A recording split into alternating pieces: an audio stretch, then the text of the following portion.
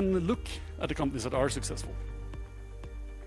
Lastly, the last thing was that they worked with partners. They didn't insist on building everything themselves. They drew on the experience, the products they knew from before.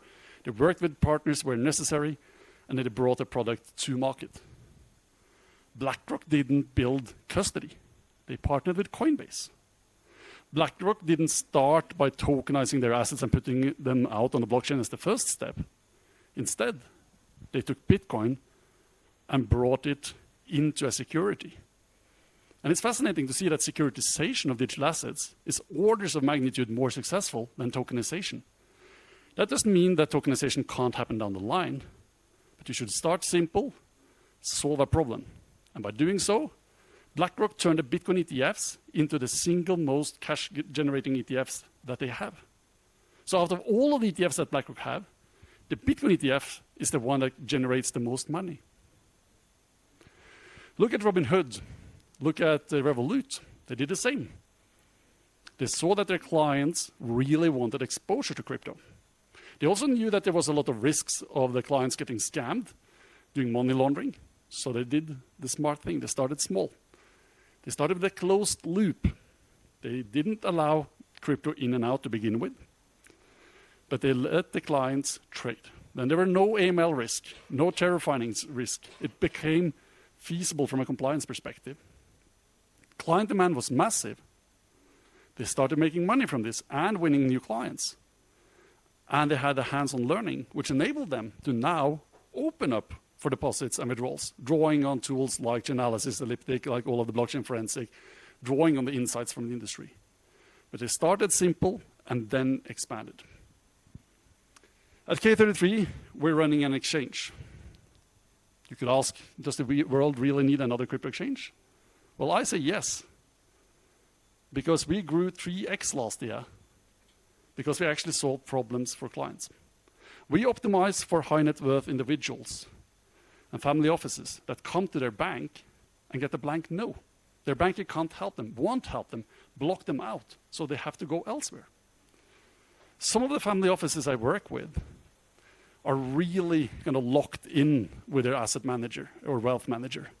It would take a lot for them to switch. But now, I can get them as clients because I can offer them crypto. What if a competitor could add that service, that 5% of what this client demands? They could suddenly then win that client relationship and then over time take over more and more of that relationship. And this is happening right now. We're working with wealth managers in the Nordics, with banks actually also, that see that by adding crypto services, not building them in-house, but partnering, in our case, with K33, but you could also partner with other firms, they can solve a real problem for clients. And then instead of pushing them away, actually win them over and build something step by step. So looking ahead then, what then are the main things a financial institution should do? Well, one, it's very natural to start by offering exposure and advice. With advice, you can even let your clients invest in ETFs. It's a really low bar. And you start by sending the signal that, at least as an institution, you're not anti this. If you start with a closed loop exposure, you can offer 24/7 trading. You can also hinder your clients from getting into the open crypto world where they quickly get scammed or send their coins away. You have a foundation then to build on. But the other thing you can also do is to partner closely with a crypto provider where you can acknowledge that there's a lot of the things that are happening in the crypto world that you don't want to bring into the regulated sphere of a bank. But at the same time, it's nothing necessarily illegal, so you'll let your clients have access. How do you do that? Well, you let your clients, for instance, use your bank account to hold their money. But then the second they want to invest in some token project, some DAO projects, or whatever, you let them exchange into a stable coin, for instance, with a third party, and then use the stable coins themselves and send out to the Wild West.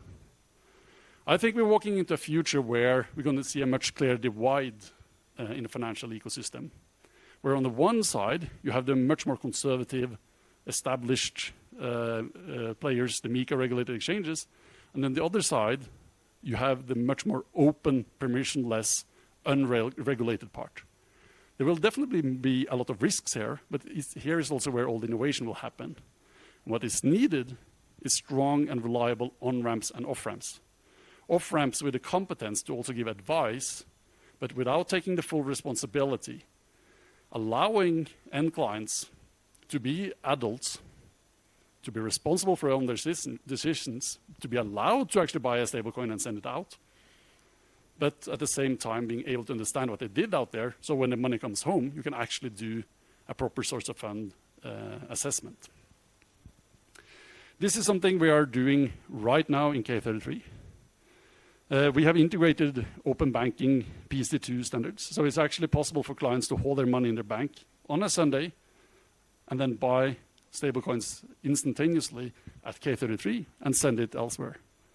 What we're discussing with some banks now is actually to packetize this much closer. Still with the crypto part being handled by us, making the life easier for the bank, but so tightly packetized to the end client that it feels like a unified experience. And this is actually great for the bank, because the bank doesn't care about the transaction fee for sending money. Banks don't make money from payments. They make money from interest spreads, which means you really want to have those deposits, that free financing that you can lend out. Which also means that if you can instantaneously, when you need to, get from your bank deposit to a stablecoin through a partnership with someone, you can hold your bank deposit there for longer.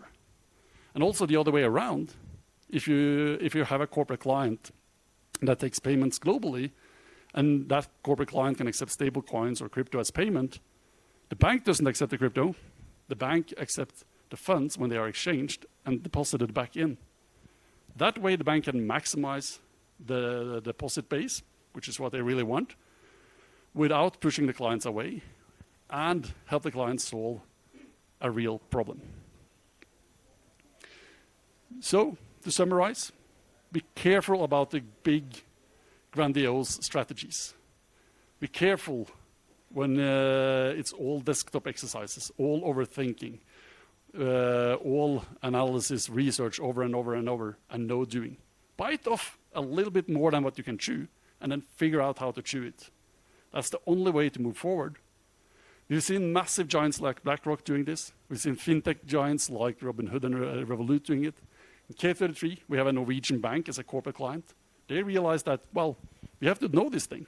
Let's buy a little bit of Bitcoin so we know the full process. There's now smaller players, wealth managers, asset managers, realizing that there is strong client demand, easy ways to get started, and you can make money from the get-go, and you don't have to reinvent the wheel. Those who embark on that journey will succeed and thrive in the coming years. Those that continue to go to conferences only to hear and listen to inspirational topics, hear about DLT, CBDCs, bank consortium stablecoins, and think that is the future, I'm going to wait for that, they're going to fall behind the curve, and they're going to realize too late that their competitors are running away with the clients. Thank you.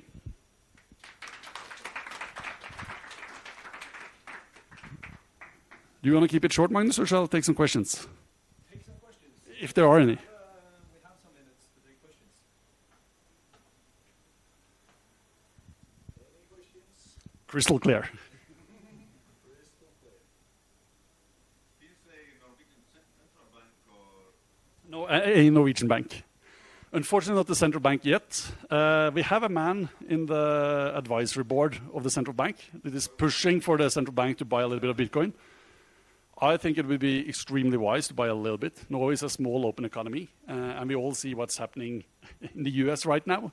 So being fully dependent on the dollar as the only means of global payments, I don't think it's too wise. I think it's wise to get hands-on experience with Bitcoin, not as an investment. I mean, as a Norwegian, I can invest my own money. I don't need the government to do it for me, but an investment into learning. And I think the Norwegian central bank and a lot of other central banks are spending millions and millions on researching CBDCs, researching kind of what blockchains, what standard. Instead, they should buy a little bit of Bitcoin, because if they did, They would have to solve the problem of who should have the keys. Should we have 3 or 5 multi-sig? What if that person quits? What should the governance be? And the second you have a little bit of real Bitcoin, say 1 million, those questions get solved. As long as you stay in the world of desktop exercise, no one is going to click play and go live, because those employees sleep so much better when there's no real money at stake. So they will never bring it over the line. Another question, it means that this bank-friendly opened the bank account for you as well, right? So actually in Norway, the banks are fairly crypto-friendly. And the reason is the Norwegian regulator a few years back that, because then all the banks said no, like if you crypto, we're not even looking at you. But what happened was that the NFSA said, well, look guys, you're not allowed to block a sector. You have to do an individual assessment. And at the same time, the Norwegian FIU said that in their view and their risk assessment, the Norwegian exchanges reporting to the Norwegian FSA are seen as lower risk entities. Suddenly, we didn't flag the highest risks in the banks, and the FSA had kind of given the signal that you can do business with crypto companies, and therefore Norwegian banks have become way more positive towards this. Very different to Sweden, for instance, where the Swedish FSA was extremely anti, and Swedish banks therefore are very afraid of working with crypto companies.